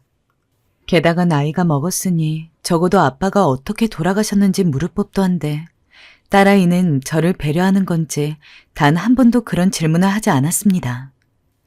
이제는 죽는다는 것이 뭔지도 잘 알고 있으면서 이별의 눈물을 흘릴 줄도 아는 성숙한 아이가 되었는데 말이죠. 제가 엄마이기는 하지만 저는 딸아이에게 너무도 많은 위로를 받았습니다. 미니야, 이번 달 문제집 값이야. 이걸로 공부해? 에이, 엄마, 딸 뭘로 보고 그래. 나 이거 아니고 그냥 교과서만 봐도 다 이해돼. 걱정하지 마. 너 학원도 못 보내주는데 엄마가 이거 못 해줄까 봐? 그러지 말고 얼른 받아.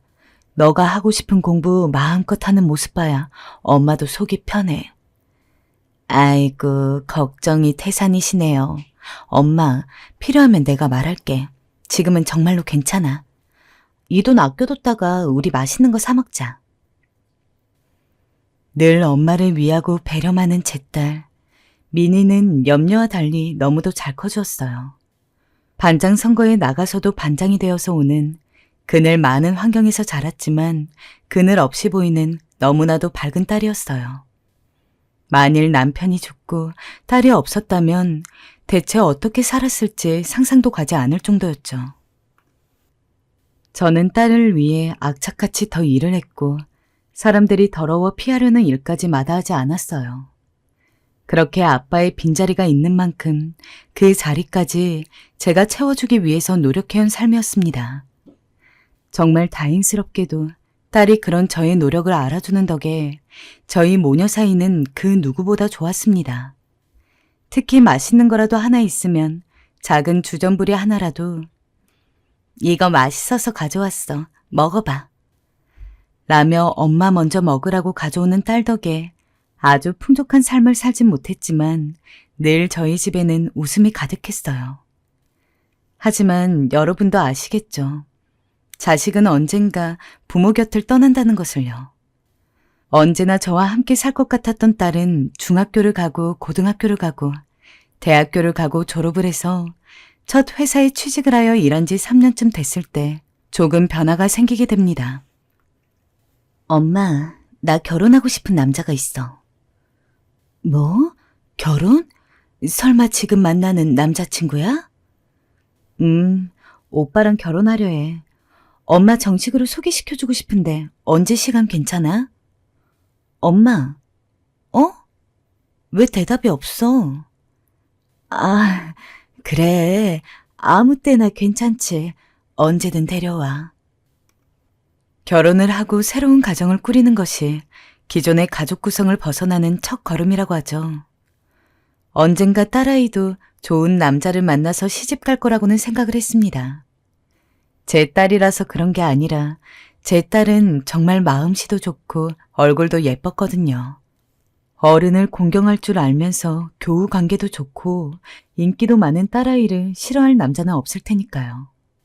그리고 딸아이가 취직을 하고 나서는 내심 내 딸이 결혼하는 것도 그렇게 먼 일은 아니구나 하고 나름대로 마음의 준비를 하고 있었습니다. 하지만 그럼에도 불구하고 막상 딸이 정말 결혼 이야기를 꺼내니까 참 많은 생각이 들었습니다. 당연히 딸아이가 선택한 남자인 만큼 좋은 사람이 될 거라고 생각했습니다. 하지만 그것과는 별개로 평생 제품 안에서만 자라던 딸이 이제는 정말 다른 사람의 가족이 되고 만다는 사실에서 오는 아쉬움과 섭섭함, 그리고 벌써 이렇게나 세월이 지났는지에 대한 어떠한 얼떨떨함, 그래서 저도 모르게 언제 와도 되는지 쉽사리 대답하지 못했나 봐요. 실제로 딸아이가 결혼하고 싶다는 미래의 사윗감을 만난다 하니 그런 기분이 더 들었습니다. 또 딸이 한 말 때문에 괜스레 잡곡정도 들었죠.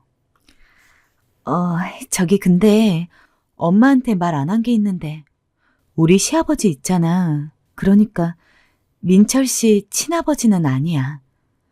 민철 씨 친아버지는 따로 계시는데 갑자기 친어머니, 친아버지가 한꺼번에 사고로 돌아가시게 되면서 돌아가시기 전에 친구분한테 입양을 부탁하셨대. 그래서 어렵게 입양되어 길러졌어.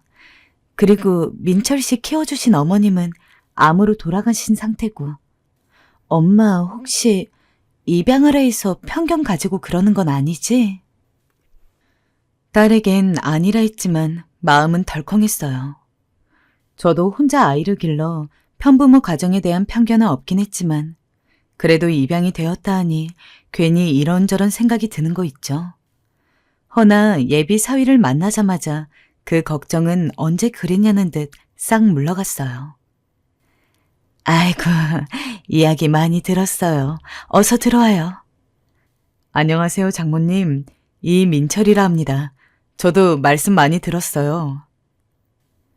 솔직히 예비 사위는 생각보다 무척 괜찮았어요. 품행이 바르고 어른을 대하는 예의도 있었고 무엇보다 몇 마디 나눠보니 믿을 만한 사람이란 직감이 들더라고요. 제 딸아이 배필로 어울린다는 생각도 들었고요. 그리고 곧이어 이어진 상견례에서 전 예비 사위가 왜 이리 제 마음에 들었는지 알게 되었어요. 상견례에서 사돈 어른으로 만난 사람은 다름 아닌 제 고향 오빠였기 때문이었어요. 너 정이 아니니? 석현 오빠?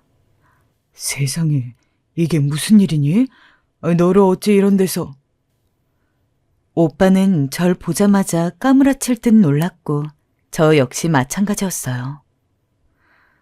우리 예비 사위 오빠가 키워서 이렇게 반듯했구나. 나도 며느리가 어쩐지 누굴 연상케 한다 싶었는데 그게 정이 너였네. 아니 어쩜 이런 인연이 다 있냐? 널 다시 못 볼 줄 알았는데. 석현 오빠는 참고로 고향에 있었을 적 저와 친하게 지내며 유년 시절을 함께 보냈었던 오빠였어요. 그래서 그런지 어쩐지 더 애틋하더라고요. 덕분에 상견례장인 건 까맣게 잊고 그간의 안부를 묻기 바빴어요. 결국 말이 상견례지 그냥 친한 친구들끼리 만난 것처럼 하하호호 웃으며 이야기를 나누고 집으로 돌아왔습니다. 돌아와서도 고향 오빠를 만난 기쁨에 친구들에게 전화를 돌리고 한동안 콧노래 흥얼거렸죠. 딸아이 결혼식이 끝난 날 원래 같으면 펑펑 울었을 텐데 오빠가 있어서 그런지 마음의 위안도 되고 훨씬 편안했습니다. 딸아이는 이런 인연이 감사하다며 엄마가 덜 슬퍼 보여서 다행이라 얘기하더군요. 엄마 고향 사람이 우리 시아버님이라니 진짜 신기하다. 어떻게 이런 인연이 다 있지?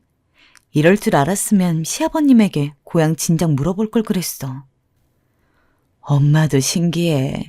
덕분에 마음도 조금 편하고. 리나, 앞으로 행복하게 살아야 한다. 사위도 그렇고 사람이 다 좋아 보여서 걱정은 안 되지만 그래도 힘든 일 있으면 언제든 엄마한테 이야기해야 해. 알았지? 그럼 당연하지 엄마. 내가 비록 민철 씨를 사랑하긴 하지만 나한테는 엄마가 최우선이야. 그래 내 딸. 고마운 내 딸.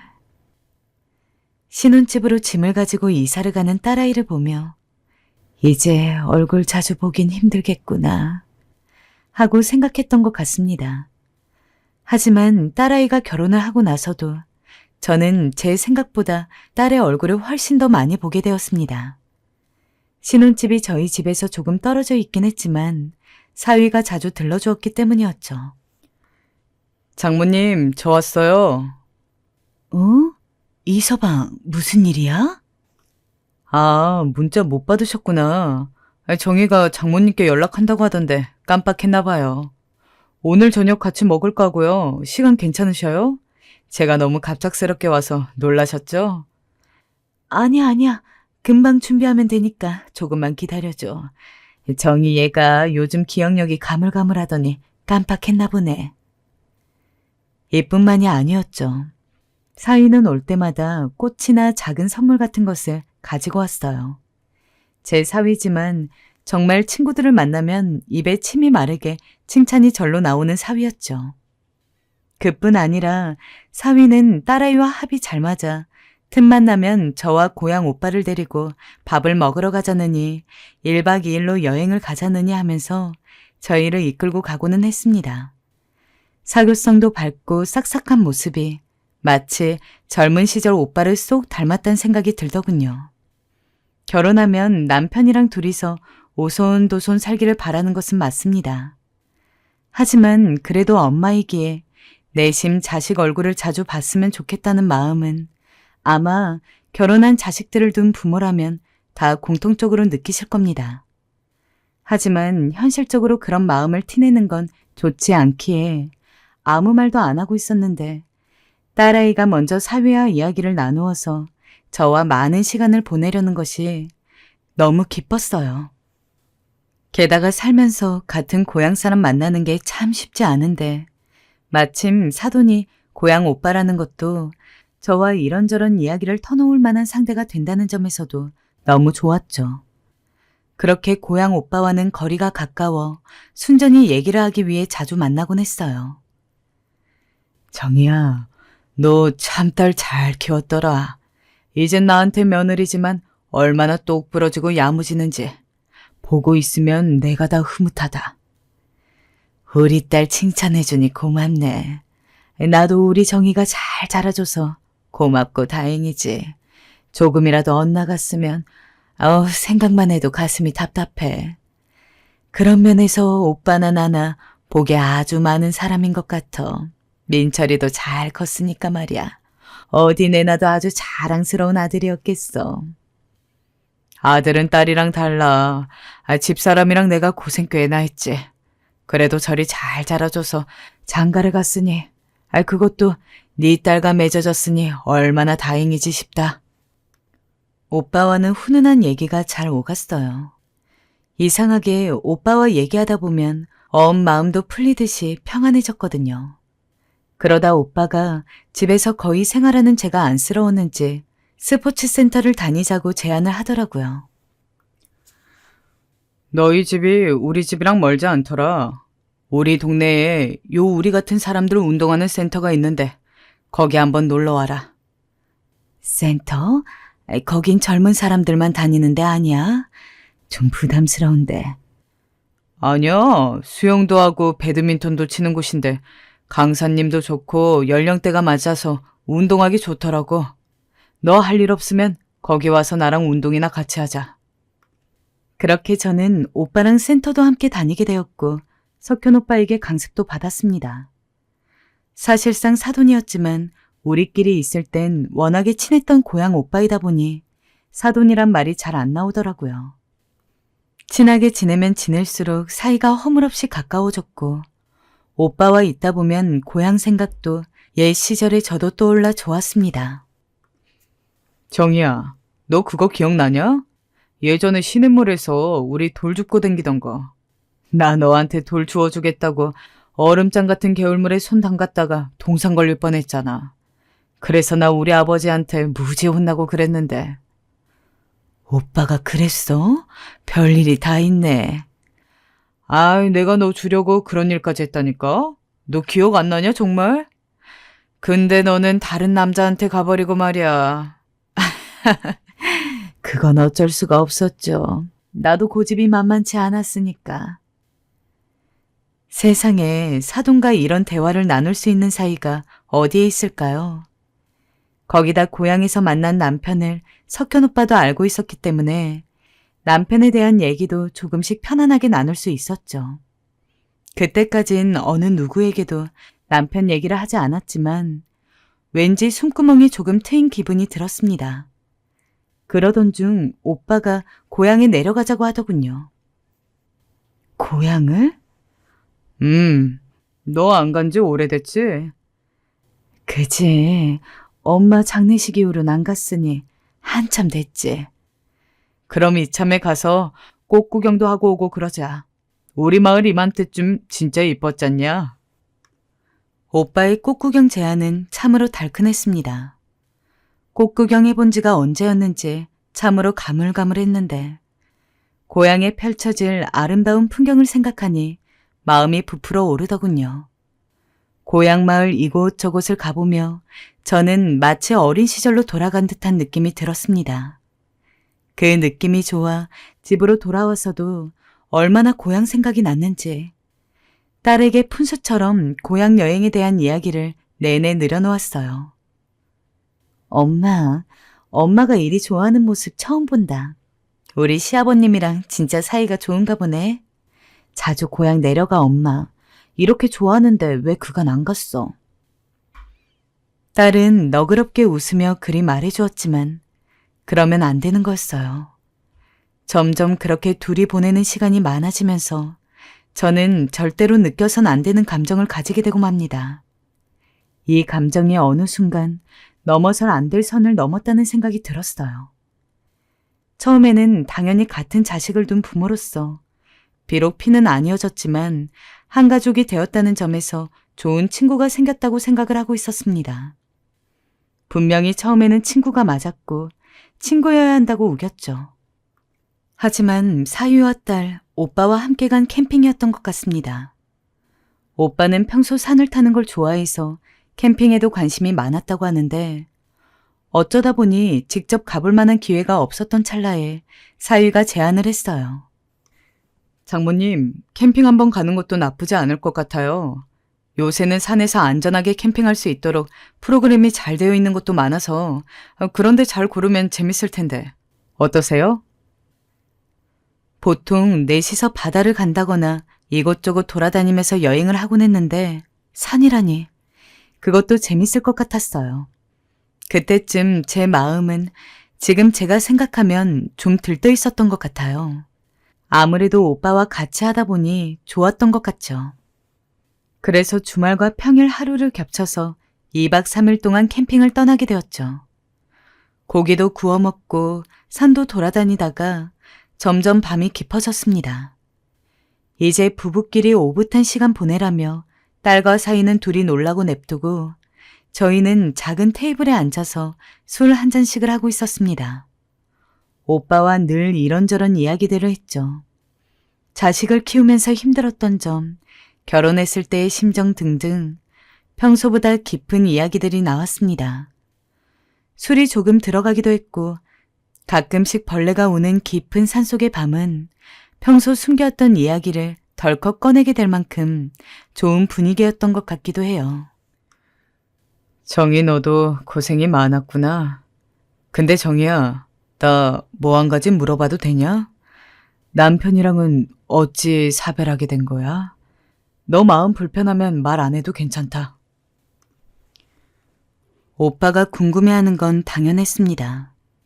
그때까지만 해도 서로 배우자가 죽었다는 것 자체는 알고 있었지만 오빠는 어떤 이유로 남편이 일찍 죽었는지는 모르던 상황이었거든요. 그리고 오빠도 남편의 얼굴을 희미하게나마 기억하고 있었으니 궁금해할 것 같았죠. 허나 제게 이건 오래된 상처이고 열지 못한 서랍장이라 망설여졌어요. 오빤 그런 제 망설임을 눈치채고 가만히 기다려주더라고요. 나는 남편이 홀로 세상을 등졌어. 나랑 딸 냅두고 가버렸어. 저 멀리. 힘들진 않았어? 처음엔 원망도 하고 화도 났는데 먹고 사는 게 너무 만만치 않다 보니 나중엔 그냥 그리움만 남더라고. 못해준 것만 생각나고. 그랬구나. 힘들었겠구나. 고생 많았다. 정희야, 어렸을 때 귀하게만 자라서 그런 거 감당하기 힘들었을 텐데 참 고생 많았다. 오빠의 고생 많았다는 위로가 왜 그리 마음에 와닿았는지 생각해보니 저는 남편과 사별한 이후 그런 말을 그 누구에게도 들어본 적이 없었어요. 슬픔을 지우려고 무던히 애만 쓰며 살아왔는데 오빠의 그 자그마한 위로를 들은 순간 순식간에 눈물이 툭툭 얼굴 위로 떨어졌습니다. 그리고 주체할 수 없을 정도로 온몸이 떨리더니 그 순간 오빠의 품에 안겨 어린아이처럼 오열하고 말았죠. 오빠는 말없이 담담한 목소리로 다 괜찮다고 말해주었습니다. 잘 버텨냈다고, 수고했다고, 정말 고생했다고요. 그리고 천천히 자기 얘기를 이어가더군요. 나는 친구 부탁으로 민철이 입양하고 잘 키우고 있다가 집사람이 갑자기 암에 걸렸어. 말기라 손도 못 쓴다는데 어찌나 가슴이 덜컹하던지 믿기지가 않았어. 현실인지 꿈인지 아내가 눈 감는 그 전날까지 민철이에 대한 걱정을 하다 눈을 감았어. 아직 어린 민철이가 눈에 밟힌다고 나한테 잘 키워달라고. 참 착한 사람이었는데 착한 사람들은 원래 일찍 떠나나 보다. 이런 세상에 눈이 아까우니까 하늘에 가서 행복하려고. 그날 정말 밤새 많은 이야기를 나누었습니다. 딸이랑 사위가 산속 데이트를 즐기다 와서는 새벽 어스름할 적에 저희에게 안 자냐고 물어도 조금 더 있다 가겠다고 이야기하며 해가 뜰 때까지 서로의 죽은 남편과 아내 이야기를 하면서 시간을 보냈습니다. 저 역시 살면서 남편의 이야기는 다른 사람에게 처음 한 것이었습니다. 심지어 딸아이에게도 구체적으로 남편이 왜 죽게 되었는지 이야기하지 않은 상황이었으니까요. 솔직히 그런 이야기를 어떻게 하겠어요. 딸아이가 먼저 물어봤다면 고통스러울지언정 솔직히 이야기해줘야 했겠지만 딸아이는 그때까지도 저에게 남편에 대해서는 묻지 않았고 저도 딸아이가 묻지 않은 고통스러운 진실을 먼저 담담하게 꺼낼 수 있을 만큼 용기가 있는 사람도 아니었습니다. 하지만 이상하게도 오빠 앞에선 눈물을 펑펑 흘리면서도 남편 이야기를 쉽게 꺼낼 수 있더군요. 제가 남편의 우울증을 해결할 수 있을 거라고 자신했던 과거의 교만, 그러나 그를 지키지 못했다는 것에 대한 절망. 젊었을 적 남편을 잃고 제가 느꼈던 모든 감정들이 와르르 쏟아졌습니다. 그리고 오빠는 저를 달래주었어요. 등을 나직하게 토닥이는 손길을 받고 있자니 가슴이 너무 뛰었습니다. 그렇게 한참을 반쯤 안겨있다가 조금이라도 눈을 붙이기 위해 텐트로 돌아가자고 말한 뒤 뒤돌아 걷는 오빠의 뒷모습을 보는데 어렴풋이 느껴지더군요. 제 감정이 함께 이해할 수 있는 것이 많은 친구 정도로만 생각했던 때와는 조금 달라졌다는 것을 말이죠. 그날을 기점으로 오빠는 제게 남자가 되었습니다. 당연히 너무도 가슴이 아파왔습니다.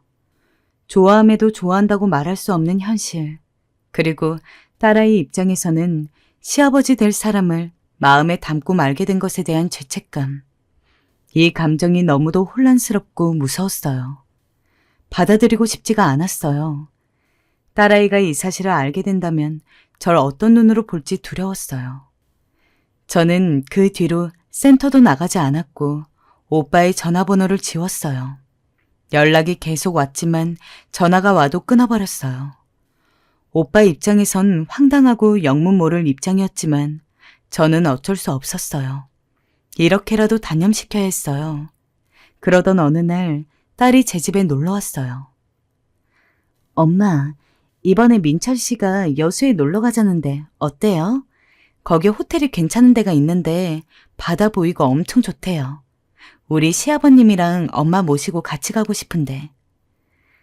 아니야. 나는 몸이 좀 안 좋아서 쉬어야 할 것 같아. 이서방이랑 둘이 오붓하게 다녀와. 그리고 이 엄마 데리고 여기저기 다니는 건 좋지만 그래도 이서방이랑 결혼했는데 가끔은 둘이 시간을 보내야 하지 않겠어? 에이, 민철 씨가 괜찮다고 하는데 뭐. 게다가 오히려 민철 씨가 나보다 더 먼저 엄마 이야기 꺼내면서 장모님 모시고 가자고 그러는걸? 마음은 너무 고마운데 이 정도면 됐어. 그냥 명절이나 엄마 생일 때만 얼굴 비치고 그래라. 엄마 말을 뭘 그리 또 섭섭하게 해? 무슨 일이 있어? 오늘따라 안색이 무지 안 좋아 보이네. 딸아이와 사위와 함께하는 여행이 좋지 않을 리 없습니다. 하지만 딸아이와 사위와 함께 여행을 간다는 것은 필연적으로 오빠를 봐야 한다는 이야기였는데 도저히 이 마음을 가지고서 그를 볼 낯이 없었습니다. 애들한테 미안한 것도 미안한 거지만 오빠는 저를 좋은 마음으로 위로해주고 고향 동생으로 여겼기에 그렇게 친근하게 대해준 걸 텐데 혹시라도 이 마음을 들키게 되면 얼마나 부담스러울까요? 그래서 스스로에게 더 억지로 쥐어짜내듯 말하곤 했습니다.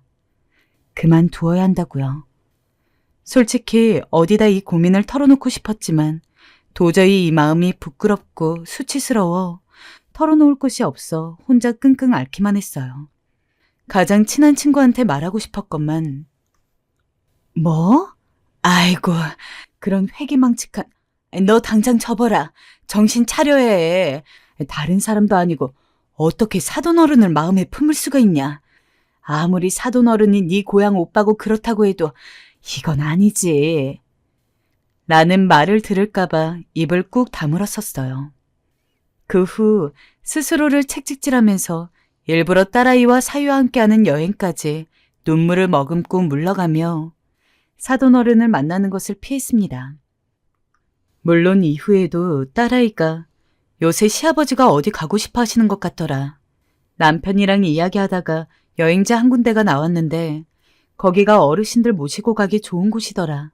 라며 저에게 은근슬쩍 함께 어딘가 놀러 가고 싶다는 것을 피력했지만 일부러 모르는 척. 사돈어른도 혼자니 적적하시겠지. 그러면 사돈어른만 모시고 셋이 어디 다녀와라. 라며 그 여행에서 저를 뺐습니다. 당연히 저라고 마음이 좋지 않았습니다. 넷이 함께 가는 여행이 인생의 유일한 낙이나 다름없던 저였는데 어느 순간 갑자기 집에만 있게 되니까 마음이 너무 우울해지더라고요. 일부러 우울감에 빠지지 않기 위해 산책도 다니고 친구도 만들어 보려고 밖으로 나가고 했는데도 소용이 없었습니다. 딸아이는 처음에는 어떻게든 저를 설득해서 예전처럼 넷이 함께 여행을 가기를 원했으나 제가 계속해서 말을 돌리고 안 간다고만 하자 언제부턴가는 저에게 전화를 하거나 찾아와서 안부를 물어도 여행에 대한 이야기는 꺼내지 않았습니다. 그렇게 1년이 지났습니다. 심한 우울증으로 도지지는 않았지만 저는 과거와 비교했을 때 너무도 지루하고 축 처진 삶을 살고 있었습니다. 가끔 딸아이 얼굴을 보고 그러는 것은 좋았지만 문득문득 과거에 넷이 함께 다녔던 여행들이 생각나고는 했죠. 오빠에 대한 마음이 전혀 줄지 않았기에 절대 티를 내지 않으며 그냥 집에 있었습니다. 그러던 어느 날 딸아이가 사위를 데리고 저희 집에 왔더군요. 아이고, 이 서방까지 여긴 웬일이야? 장모님에게 말씀드릴 게 있어서요. 무슨 이야기를? 무슨 이야기를 하려고 여기까지 왔나 싶어서 자리를 깔고 앉았는데 뜬금없이 사위가 장모님, 혹시 요즘 적적하거나 외롭지 않으세요? 라며 운을 띄우더라고요. 적적하고 외롭지 않냐니? 장모님도 꽤 오래전부터 혼자 계셨잖아요. 얼마 전에 민이랑 이야기를 하는데 민이가 장모님이 계속 혼자 계시는 걸 너무 마음에 걸려해서 혹시 장모님이 생각이 있으시면 연애 한번 해보시는 것도 좋을 것 같아요. 요즘은 나이 드신 분들도 친구처럼 만나서 연애하고 지내거든요. 아, 그 얘기하러 왔구나. 나 생각해주는 마음은 고마운데 지금 나는 이대로 괜찮다. 친구들도 있고 집에 놀러 오는 사람들도 많아서 하나도 외롭지 않아. 에이, 그래도 연애랑 친구랑은 또 다르잖아요. 정말 좋으신 분인데 한 번만 나가주시면 안 돼요? 제가 보증해요. 왜 그랬는지 모르겠지만 사위는 그날따라 끈질겼어요. 하지만 비록 이어져서는 안 되는 관계라고 할지라도 사돈어른에 대한 마음이 떠나지 않는 상황에서 누군가를 만나는 건 내키지 않았어요. 미안해, 이서방. 다음에. 그래서 거절했지만 그 이후에도 사위는 자기가 잘 아는 사람이 있다면서 너무 좋은 사람이라고 몇 번을 거듭 이야기하기에 이렇게까지 나서는데 얼굴 한 번 안 보는 것도 너무 매정한 것 같아서 그러면 식사만 한 번 할게. 라고 하고는 준비를 하고 나갔습니다. 딸아이와 사위가 상기된 얼굴로 저를 식당으로 데려갔는데 당사자보다 더 좋아하는 모습을 보니 간만에 웃음이 났죠.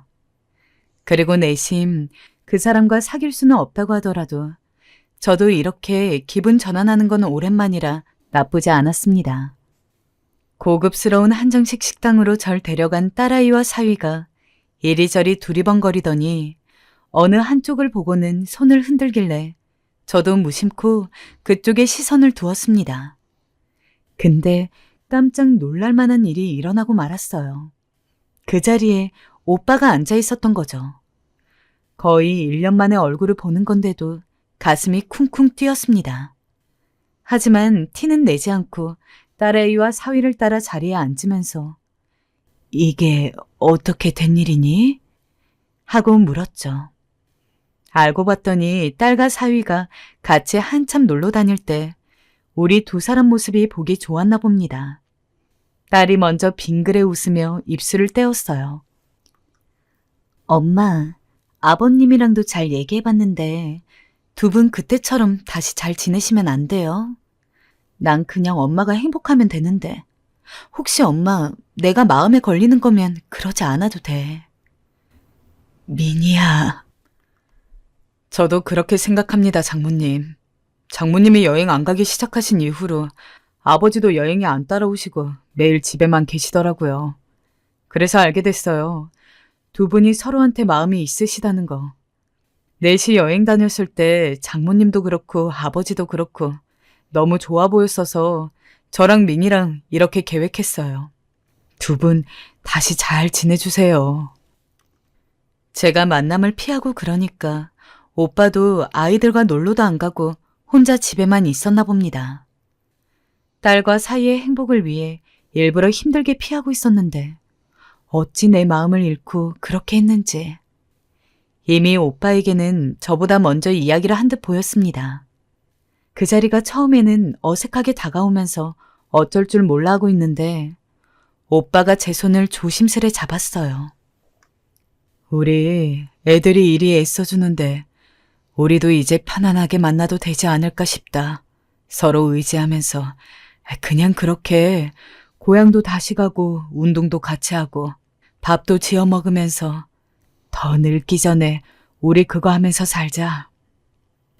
알겠어요. 좋아요, 나도. 망설이다 내뱉은 저의 대답에 아이들이 더욱 좋아했어요. 특히나 딸은 눈물까지 글썽이며 저를 꼭 껴안아 주었죠. 결국 그날을 기점으로 못 이기는 척 연애를 받아들이고 지금은 정말 친구처럼 잘 지내고 있습니다.